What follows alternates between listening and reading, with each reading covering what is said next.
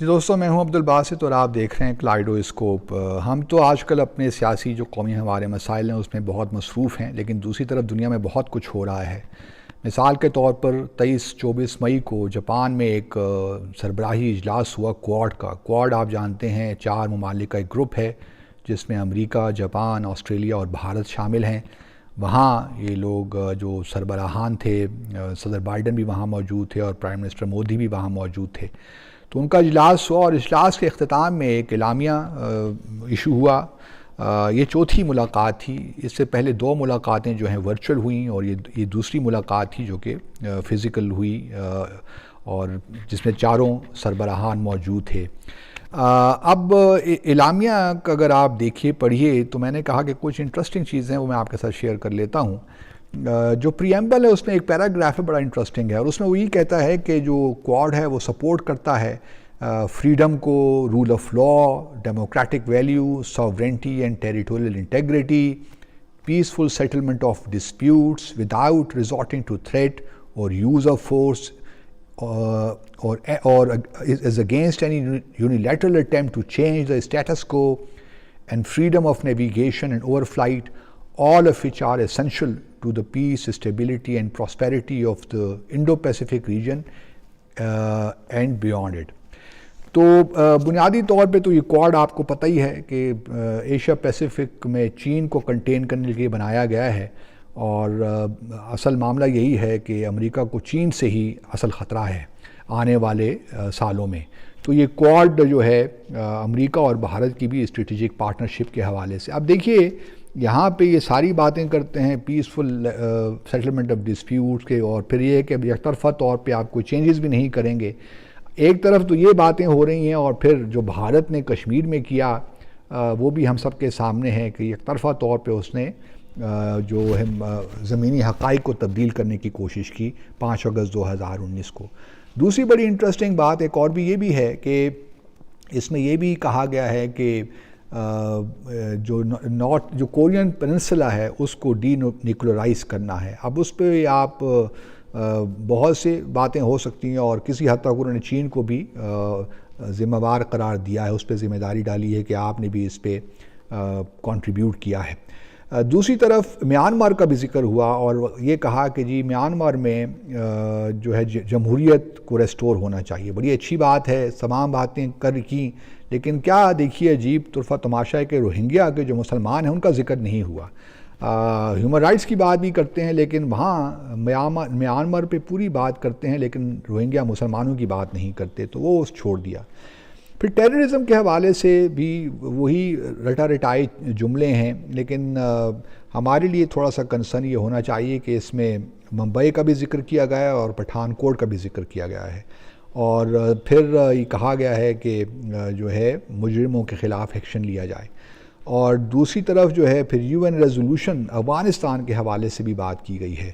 اور افغانستان میں جو ریزولوشن آئی تھی پچھلے سال 2593 اس کا بھی ذکر ہے، اور کہا یہی گیا ہے کہ یہ ایک انکلوسیو گورنمنٹ ہونی چاہیے، اور خواتین کے حقوق کی بات بھی ہوئی، اور یہ کہا گیا کہ یہ تمام چیزوں کو انشور کیا جائے۔ اور پھر بھارت کے ہم نے اسٹیٹمنٹ بھی دیکھیں پچھلے دنوں میں کہ ہم جو ہے بلکہ کل پرسوں ایک اور اجلاس بھی ہوا ایک نیشنل سیکیورٹی ایڈوائزرز کا، جس میں پاکستان بھی نہیں تھا اور ٹرکی بھی نہیں تھا، اور باقی دوسرے ممالک موجود تھے، رشیا بھی تھا، بھارت بھی تھا۔ اس پہ ہم بعد میں بات کریں گے، لیکن اس میں تو بھارت نے جو اپنی اسٹیٹمنٹ دی اس میں یہی کہا گیا کہ ہم افغانستان سے لا تعلق نہیں رہ سکتے، اور افغانستان میں ہمارے بڑے اسٹیکس ہیں۔ تو ان کے اسٹیکس کیا ہیں وہ بھی ہم جانتے ہیں، وہ اسٹیکس یہی ہیں کہ افغانستان کے تھرو پاکستان کو یہاں پہ دہشت گردی کی جائے اور کراس بارڈر ٹیررزم کیا جائے پاکستان میں افغانستان کے تھرو۔ تو یہ ہم سب جانتے ہیں کہ افغانستان میں کیا اسٹیکس ہیں بھارت کے، اور تو یہ اس کا بھی ذکر ہے۔ اب یہ سمٹ تو چلیے ہو گئی، اور اس میں اور بھی بہت سی باتوں کا ذکر ہے، جس میں سائبر اسپیس کے حوالے سے بھی، سائبر سیکیورٹی کے حوالے سے بھی باتیں ہیں، کلائمیٹ چینجز کے حوالے سے بھی، اور لیکن اصل معاملہ یہی ہے دوستو کہ یہ جو کوڈ ہے یہ اسٹریٹجک پارٹنرشپ ہے US کی اور بھارت کی اور 2 اور ممالک کی، اور یہ چائنا کو بنیادی طور پہ ٹارگٹ کرتے ہیں. اسی کانٹیکس میں چونکہ چائنا کو ٹارگٹ کرتے ہیں تو یہ BRI جو بیلٹ اینڈ روڈ انیشیٹو ہے چائنا کو، اس کو بھی ٹارگٹ کرتے ہیں. اور اسی کانٹیکس میں یہ پھر جو کوآڈ گروپ ہے اس نے یہ بھی کہا کہ ہم انفراسٹرکچر ڈیولپمنٹ بھی کریں گے، اور خاص طور پہ جو آسیان کے کنٹری ہیں ساؤتھ ایسٹ ایشیا کے، ان کو ساتھ لے کر چلیں گے.